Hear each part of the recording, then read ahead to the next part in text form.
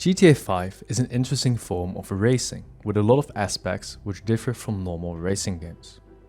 Whether you like a certain aspect often heavily depends on how you play the game and also how well you play it. For GTA 6 it's important that Rockstar finds a style that makes all players happy. In this video we will explore how Rockstar could do this. The first mechanic that needs fixing is one that has been controversial since the launch of GTA 5, 12 years ago: Catchup and slipstream. First of all, let's discuss Catchup. Catchup as a mechanic doesn't even exist in real life and is specifically meant to make racing closer, because GTA 5 isn't a racing game, and most players won't be very well educated in common racing techniques. In theory, it makes a bit of sense. Slowing down the fastest players will make the players in a race be closer, which promotes racing action. That said, there are a couple of problems with Catchup.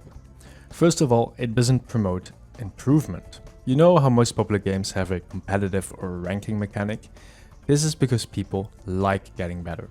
But with Catchup, your reward for getting better is being slowed down, which in a lot of scenarios ends up looking like you and second place continuously passing each other on a long straight, which gets boring quite quickly.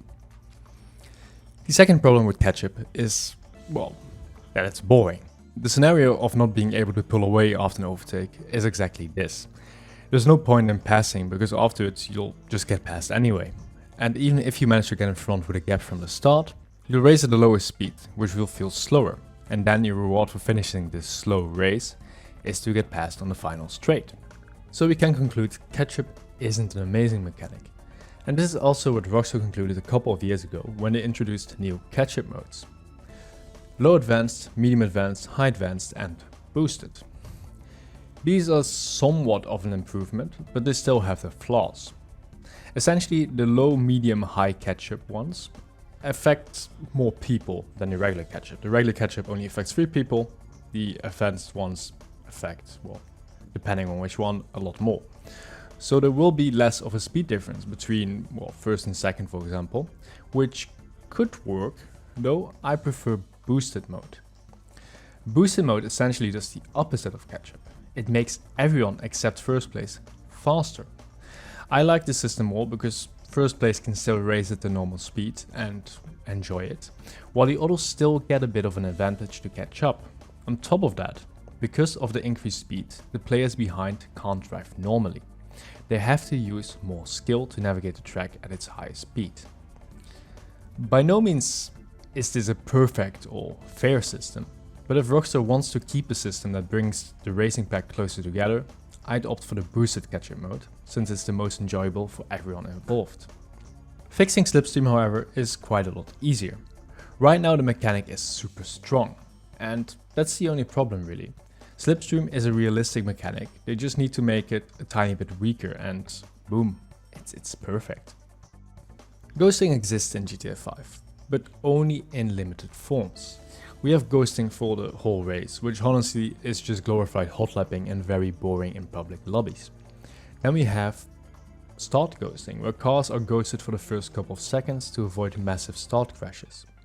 This one I'm torn on, because on one hand, yes, not having a massive pileup makes it fairer for the people starting at the back and just in general, but the first few corners of a race are usually the most interesting. Still, I get why Rockstar made this an option.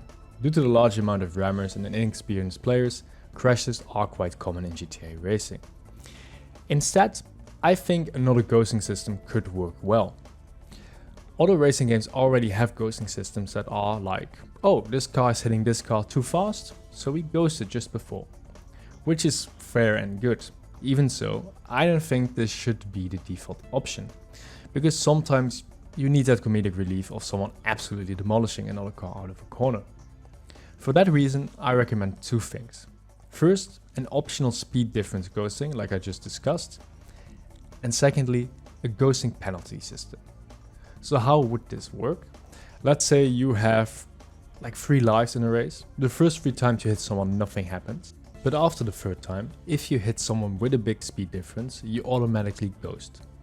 This would quite effectively prevent the rammers that keep going.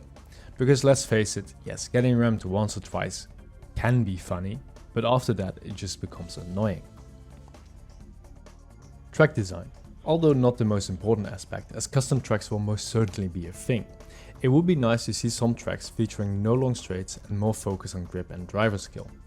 This will massively help reward skill over just raw vehicle performance, which currently is a slight problem in GTA 5.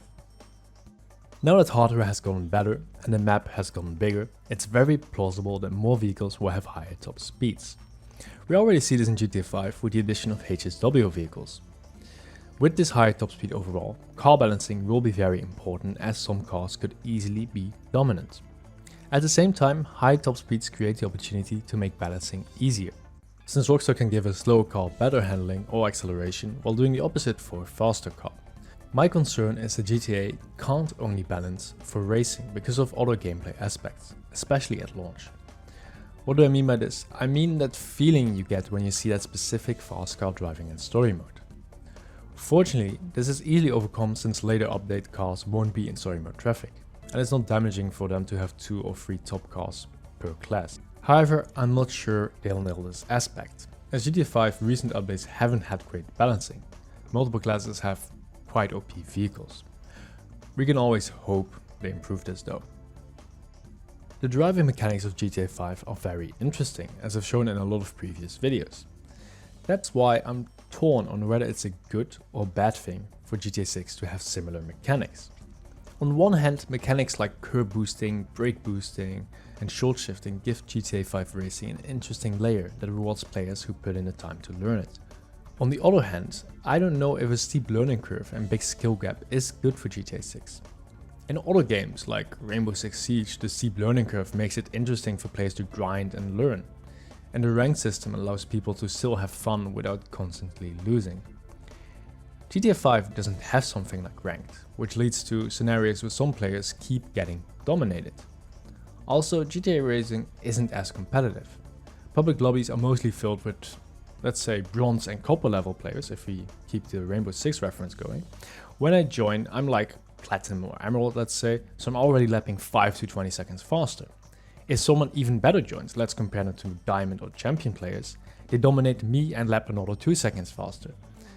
The big difference between Rainbow Six Siege and GTA is that most people are copper. Realistically, there'll mostly be one guy dominating, while the rest feel like they have no chance at all.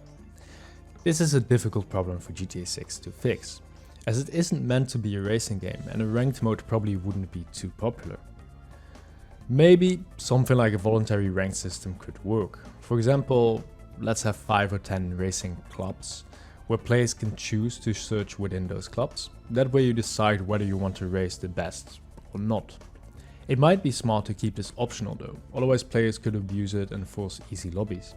So it could be a nice way for players to voluntarily enter a more competitive setting. So yes, to conclude this little segment, advanced driving mechanics can be a good thing, as long as it's supplemented with something else. Thank you for watching this little recommendation wishlist for GTA 6 Racing.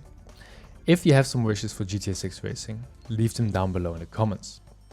See you next video, and don't forget to like and subscribe.